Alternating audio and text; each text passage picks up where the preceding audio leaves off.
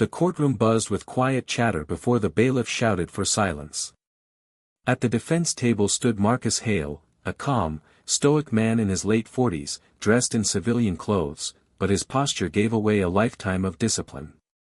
What most people didn't know was that he was a decorated Navy SEAL, retired after 22 years of service, with medals that could fill a wall. But the uniform didn't protect him here. Not today. Across from him, Officer Grant was fuming. He was younger, brash, and clearly didn't like being questioned, especially not by the man he had arrested just days ago during a chaotic traffic stop that ended in a shouting match. The incident went viral, but only a snippet of the video had leaked. Now the truth was about to unfold in court. "Don't play tough now." Officer Grant bellowed across the room, pointing a trembling finger at Marcus. "You think wearing a uniform makes you untouchable? You're just another order," the judge snapped, slamming her gavel. But Grant didn't stop. "I don't care who you were. I saw what I saw. And he should be in cuffs, not sitting there like he owns the place." Marcus didn't move. His hands were folded. His jaw didn't twitch. The years of battlefield training had taught him silence could be more powerful than rage. But tension cracked through the air like lightning. Then, the courtroom doors opened. Every head turned. And what happened next silenced everyone. The massive double doors creaked open with an echo that seemed to freeze time.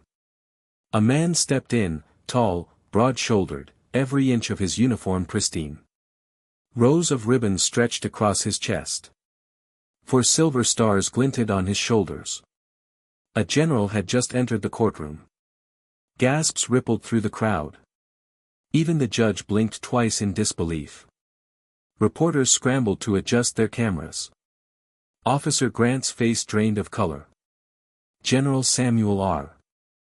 Donovan, legendary, retired but still a name that carried weight in every military hall across the nation, walked down the aisle like he owned the room.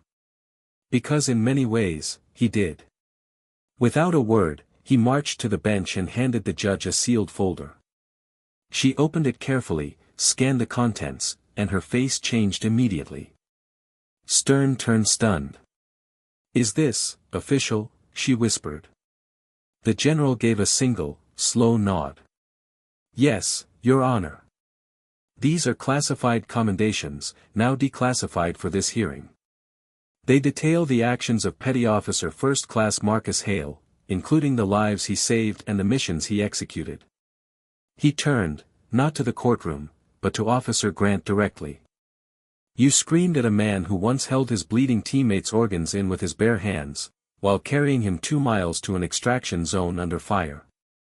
You berated a man who volunteered for every mission no one else dared take." The room was dead silent. Officer Grant tried to speak but fumbled. I didn't know who he was." General Donovan's voice dropped lower. "That's the problem."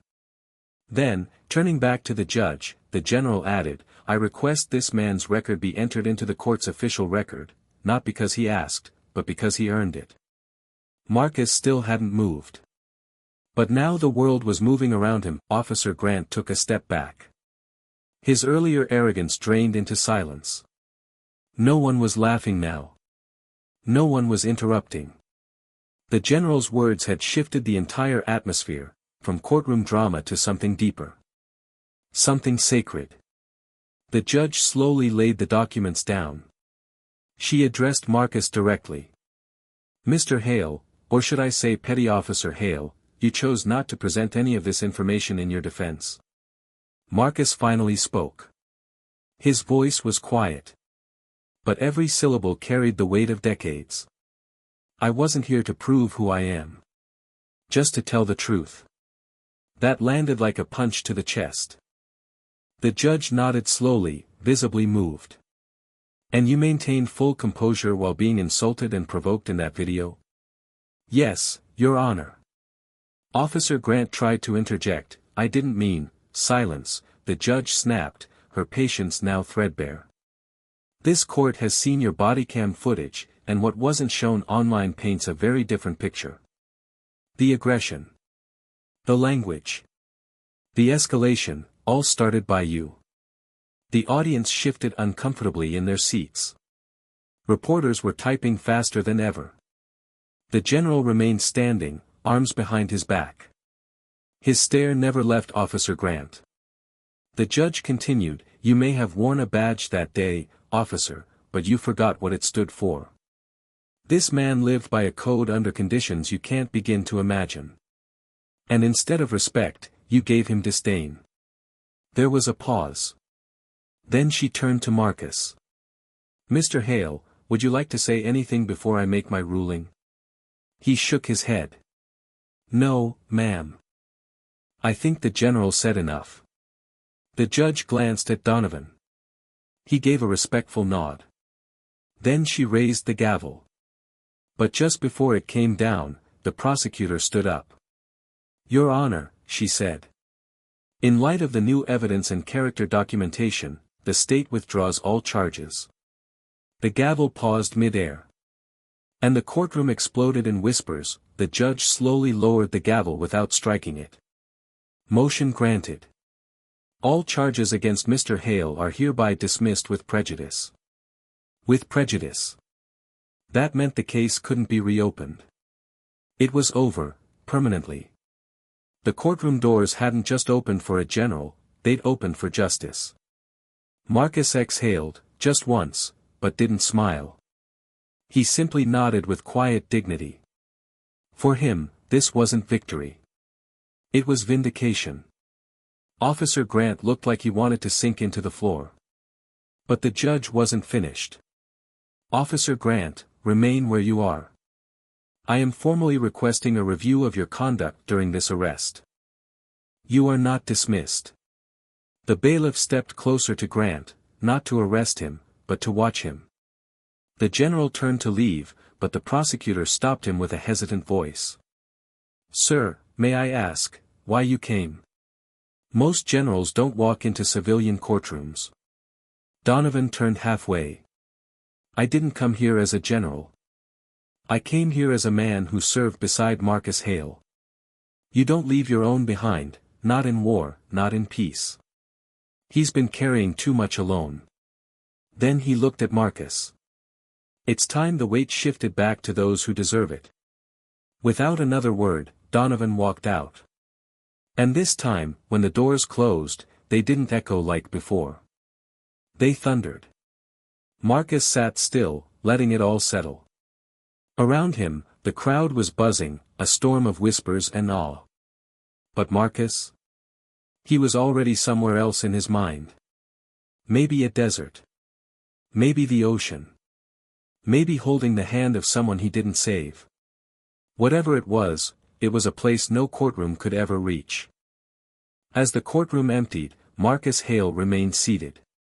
The judge had left. The cameras were turned off. Reporters scrambled outside to broadcast the shocking twist. But Marcus sat in stillness, elbows on the table, fingers laced, as if waiting for a different kind of judgment. Only one person stayed behind, the prosecutor. She hesitated, then slowly approached. "I owe you an apology," she said quietly. "We reviewed your record, your career, and we should have known better." "I should have known better." Marcus looked up at her, calm but firm. "It's not about knowing. It's about listening." That hit her harder than she expected. She nodded. "Was it true? What the general said? About what you did, out there?" Marcus didn't answer right away. Then, yes. But none of that mattered when the lights turned red and the sirens came on. Out there, I was trusted with lives. Here, I was treated like a threat. There it was. Not anger. Not bitterness. Just truth. She looked down, then slowly extended her hand. "I'll be speaking with Internal Affairs. I want to make sure something like this doesn't happen again." Marcus took her hand, just for a second. "You're not the first to say that," he replied softly. "But I hope you're the one who means it." Outside, the crowd had grown.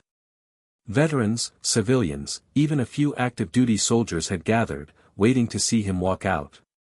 Word had spread fast, not just about the general, but about the man who said nothing, and still commanded the entire room. As Marcus finally stood, the bailiff gave a respectful nod. "You good, sir?" Marcus adjusted his jacket. "Better than most." Then he walked toward the exit, one steady step at a time. And when those doors opened again, this time, the whole building stood still. Because Marcus Hale wasn't just a man walking out of court. He was a reminder, of dignity, of restraint, and of the kind of strength that doesn't need to shout. As Marcus Hale stepped into the sunlight, a wave of silence fell over the crowd gathered on the courthouse steps. Phones were raised. Not to ridicule, but to record history. No chants. No shouting. Just an eerie, reverent quiet. Like people knew they were witnessing something important. Something rare. A young Marine in dress blues snapped to attention and saluted as Marcus walked by. No words. Just a sharp, crisp motion that spoke volumes. Behind him, the courtroom doors opened once more. Officer Grant stepped out. Alone. No cameras followed him. No cheers. Only the heavy weight of what had just happened. He looked up at Marcus, who hadn't even turned to acknowledge him. Not out of spite. But because Marcus no longer needed to prove anything. Then from the crowd, an older man with a cane shouted, "Welcome home, Chief." Marcus finally paused. He turned, spotted the man, an army vet with a bronze star pinned to his chest, and offered a humble nod. Someone else shouted, "We've got your back." And that was the spark. Applause erupted. Not wild or theatrical, but real. Earnest. The kind that builds in your chest before it ever touches your hands. Marcus didn't wave. He didn't bask in it. He just stood there. Taking it in. Absorbing what had taken years to arrive. Respect. Officer Grant watched it all, frozen in place. He looked smaller now. Not because Marcus had won, but because truth had. Then, as the applause continued, a black SUV pulled up to the curb. The same general from the courtroom stepped out again, but this time, without a salute or formality. He opened the passenger door. "Ready to go, brother?" Marcus looked at him.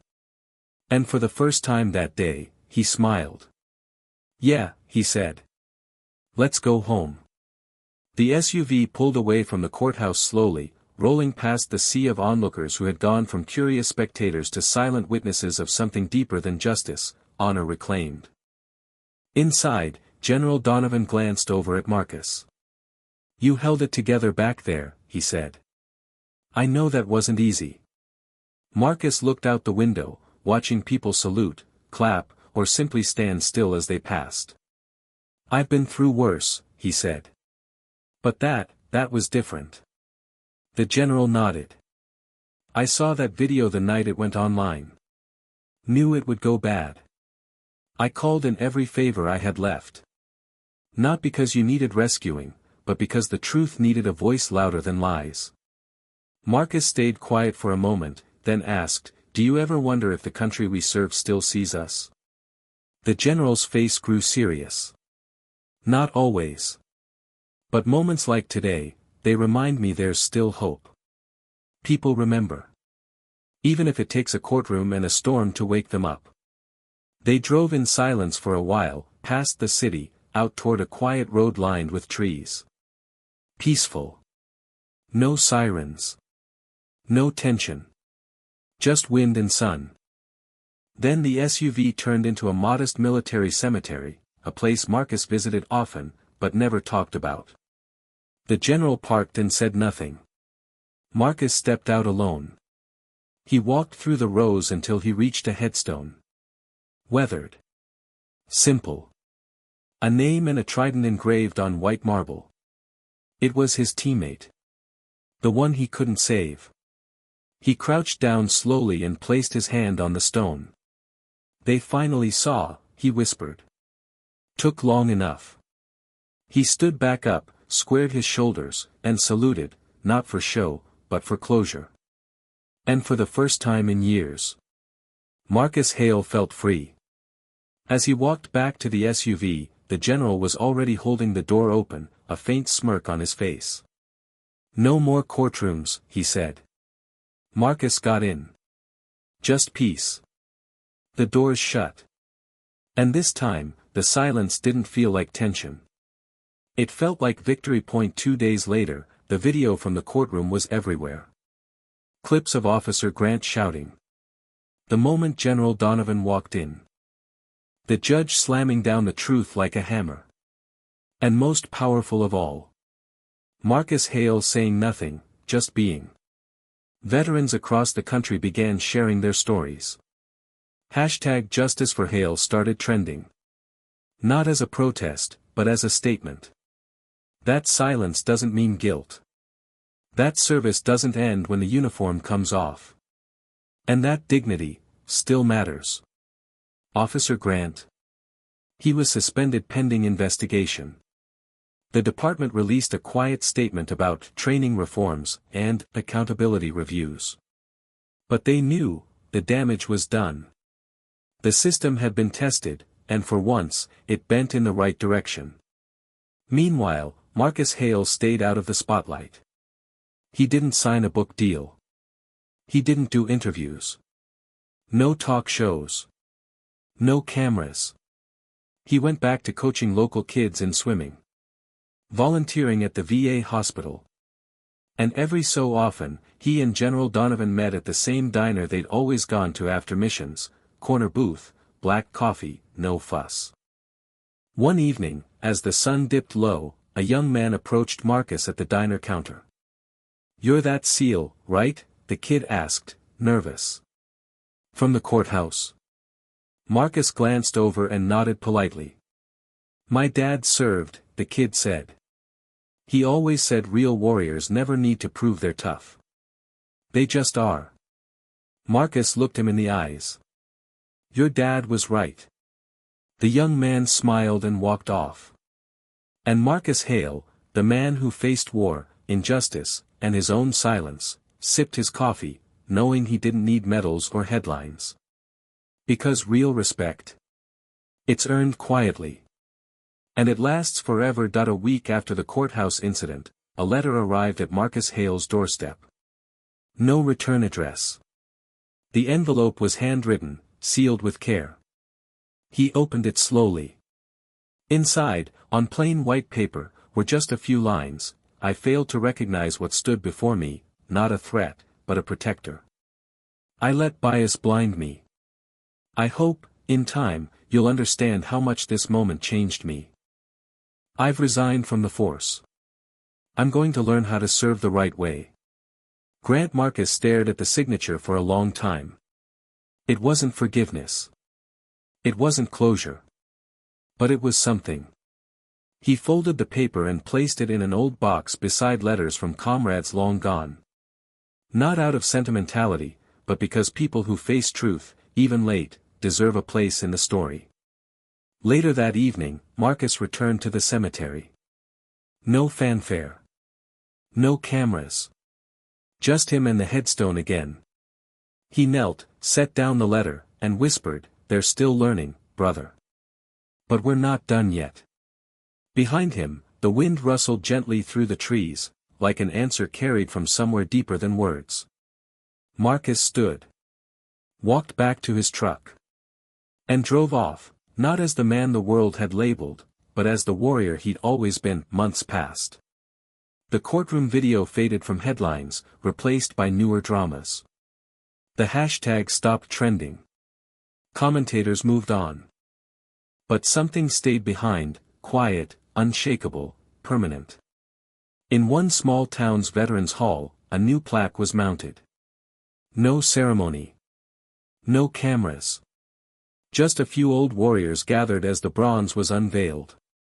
It read, "Petty Officer First Class Marcus Hale for valor in silence, dignity in adversity, and unwavering service, both abroad and at home." He didn't shout. He didn't beg. He just stood. Marcus never asked for the plaque. He didn't even attend the unveiling. Instead, that day, he was at the local pool, teaching a group of middle schoolers how to float. He smiled as one of them, finally trusting the water, let go and drifted on his back, weightless and calm. "That's it," Marcus said. "Don't fight it. Just trust it'll hold you up." The boy beamed. And Marcus saw it, the look of a kid who believed in himself for the first time. Not because of war stories. Not because of courtroom drama. But because a man who had carried the world's weight, had time for him. That night, Marcus sat on his porch, stars above, coffee in hand. The old box of letters beside him. He didn't need applause. He didn't need revenge. He had peace. And in a world addicted to noise, his silence had said everything.